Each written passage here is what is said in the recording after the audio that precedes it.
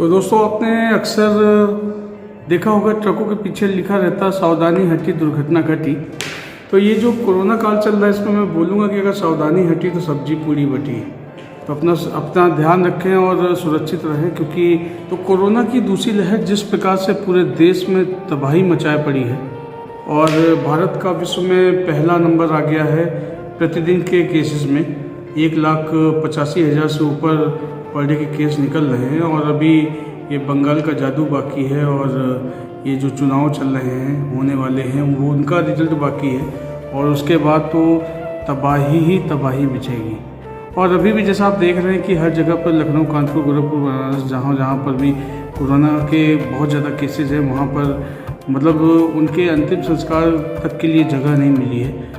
एक ऐसी तस्वीर को शेयर किया गया है जहां पर देख के लग रहा है कि दिवाली की जगमगाहट है, लेकिन हकीकत ये है कि दिवाली की जगमगाहट नहीं है। वहां पे हज़ारों की संख्या में 500, 200, 400, 50, 20 की जो है के लोगों का अंतिम संस्कार एक साथ किया जा रहा है, जिसकी रोशनी से ऐसा देख के लग रहा है जैसे वो दिवाली मना रहे हैं। तो दोस्तों अपना ध्यान रखें और बचकर रहें इस महामारी के समय में, क्योंकि इसकी ये लहर बहुत ख़तरनाक तरीके से आगे बढ़ रही है। और वैक्सीनेशन, अगर आपकी एज है वैक्सीनेशन की तो वैक्सीनेट करा लें, लेकिन इस बात का ध्यान रखें कि वैक्सीनेशन से लेकर पहले वैक्सीनेशन से लेकर दूसरा वैक्सीनेशन 28 दिन पर प्रॉपर टाइम पर हो और पहले वैक्सीनेशन से 1.5 महीने तक आपको सुरक्षित रहना है।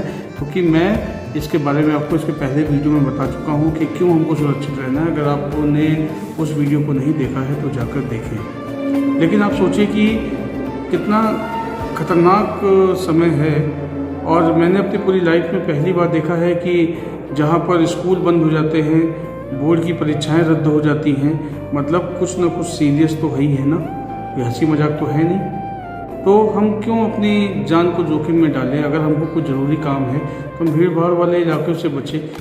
हर शहर में ऐसी जगह भी होती हैं जहाँ पर भीड़ बहुत होती है सामानों खरीदने के लिए, ऐसी भी जगह होती है जहाँ पर भीड़ कम होती है सामानों को खरीदने के लिए, जबकि सामान वही रहते हैं। तो दोस्तों प्रॉपर तरीके से अपना ध्यान रखें और कोशिश करें कि जो है समय समय पर सैनिटाइज़र यूज करें और मास्क का यूज़ बराबर करें। और मास्क को इस तरह से नहीं लगाना, ये तो मैं अकेले बैठा हूँ तो इस तरह लगा ले रहा हूँ। मास्क को लगाने का तरीका ये होगा कि आपकी नाक भी बंद रहे, ये भी बंद रहे। लोग मास्क कैसे लगाते हैं? मास्क ऐसे कर लिए, फिर मास्क कुछ लोगों ने ऐसे लगा लिया, कुछ लोगों ने हड्डी कर ली, ऐसे कर ली, और कुछ लोगों को कान दर्द करता है तो वो ऐसे कर लेते हैं। तो क्या करना है, मास्क को प्रॉपर तरीके से ऐसे नहीं लगाना है, मास्क को प्रॉपर तरीके से ऐसे लगा के रखना है। तो कहते हैं कि इस कोरोना टाइम में 2 गज की दूरी और मास्क है ज़रूरी, और अगर आपने इसको फॉलो नहीं किया है तो बहुत दिक्कत में फंस सकते हैं।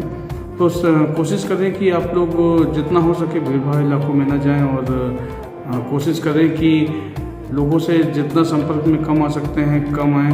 अगर आपके घर पर कोई बीमार है तो उसका प्रॉपर इलाज कराएं और अगर वैक्सीनेशन की एज में कोई है तो उसका वैक्सीनेट करा दें, क्योंकि ये समय जो है ऐसा है जिसमें आप ये मान के चलिए कि इस समय को पार कर ले जाएंगे तो जीवन बहुत बेहतर हो जाएगा। वैसे भी हाई कोर्ट ने जो है तलब किया है सरकार से कि लॉकडाउन क्यों नहीं लगाया जा रहा है और लॉकडाउन का प्रोसेस होना चाहिए। जब इंसान नहीं रहेगा तो विकास का क्या करेंगे आप? विकास करके ही क्या करेंगे? तो सरकार ये बात सरकार से पूछी जा रही है। 19 अप्रैल को उसकी डेट लगी है। मे बी लॉकडाउन हो भी सकता है, लेकिन चुनाव की वजह से हो सकता है लॉकडाउन ना हो रहा हो। लेकिन मुझे एक बात समझ में नहीं आ रही कि चुनाव अगर इतना ज़रूरी है तो कराइए, कोई बात नहीं है। देश को चलाने की बात है, उसके लिए बहुत सारे काम ज़रूरी होते हैं, लेकिन उन चुनाव को कराने के लिए चुनावी रैलियां कराने की क्या ज़रूरत है? चुनावी रैलियां मेरे हिसाब से तो नहीं करानी चाहिए थी, मतलब रोक देना चाहिए था। क्योंकि इन सब चीज़ों में क्या होता है कि एक आम आदमी मिडिल क्लास फैमिली वाला परेशान होता है। किसी घर में कोरोना हो जाए और उसकी फाइनेंशियल कंडीशन पिछले साल की वजह से पूरी तरह से टूट चुकी हो तो कैसे अपना इलाज कराएगा? और हॉस्पिटल्स भी ऐसे हो गए हैं कि वहाँ पे जगह नहीं है पैर रखने की है। तो इस स्थिति में बहुत कुछ सोचने की बातें हैं। तो दोस्तों आप अपना ख्याल रखिए, कोई पूछने नहीं आएगा, और कोरोना हो जाएगा तो आस पड़ोस वाले भी भाग जाएंगे और रिश्तेदार भी काम नहीं आएंगे। आप खुद अपना भी ख्याल रखें और अपने परिवार का भी ख्याल रखें। तो क्या करना है आपको भीड़ भाड़ के इलाकों में नहीं जाना है। वैक्सीनेशन अगर आपकी एज है 45 से ऊपर तो आप अपने को वैक्सीनेट कराना है। उसके अलावा वैक्सीनेशन से 1.5 महीने तक आपको और सुरक्षित रहने की ज़रूरत है, क्योंकि इम्यूनिटी पावर लो रहेगा उस समय।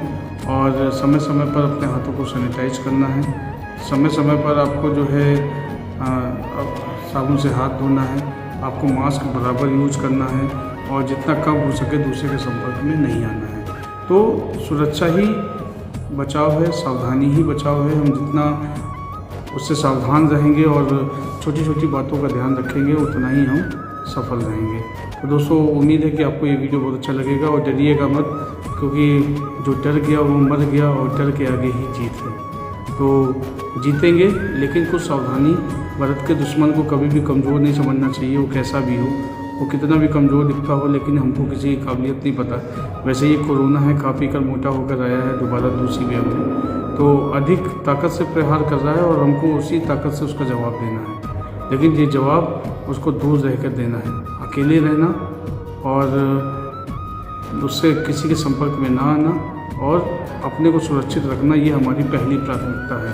क्योंकि जान है तो जहान है, और हम आगे चलकर जो भी हमारा फाइनेंशियल नुकसान हो रहा है, जो भी क्राइसिस हमारे साथ हो रही हैं, वो सब की सब ठीक हो जाएंगे। लेकिन अभी ज़रूरी है ये वक्त काटना, सरकार का साथ देना, उनके बताए गए नियमों का पालन करना और उन्होंने जो वैक्सीन हमको प्रोवाइड की है उसको लगवाना और लगवाने के बाद अपने को केयरफुल रखना। क्योंकि ज़रूरी नहीं है कि मतलब वैक्सीनेशन कराने का मतलब ये नहीं कि you are free, you are not free. Just you have to be more careful about 1.5 year. तब उसके बाद आप जो है आप थोड़ा सा जो है कर सकते हैं, आप घूम फिर सकते हैं, लेकिन फिर भी किसी के संपर्क में नहीं आना है। तो दोस्तों, जानकारी अच्छी लगी हो तो वीडियो को लाइक, कमेंट एंड शेयर करें और चैनल ज़रूर सब्सक्राइब कर दें। बहुत जल्दी कोरोना पर एक फैमिली ड्रामा लेकर आ रहा हूँ और उम्मीद है कि जिस दिन छुट्टी मिल जाएगी उसी दिन वो वीडियो बना दूँगा और बहुत कुछ आपको उसमें दिखाऊँगा। और अभी नेक्स्ट वीडियो प्राइवेट टीचर्स के ऊपर होगा, जिसमें प्राइवेट टीचर्स की हालत क्या है और क्या क्या उनके साथ में घटित हो रहा है और क्या हो सकता है और किस कदर मजबूर हो गए हैं। तो नेक्स्ट वीडियो ज़रूर देखिएगा। तब तक के लिए अपना ध्यान रखिए। आपका समय शुभ हो। Bye bye and take care. Have a great time. See you all.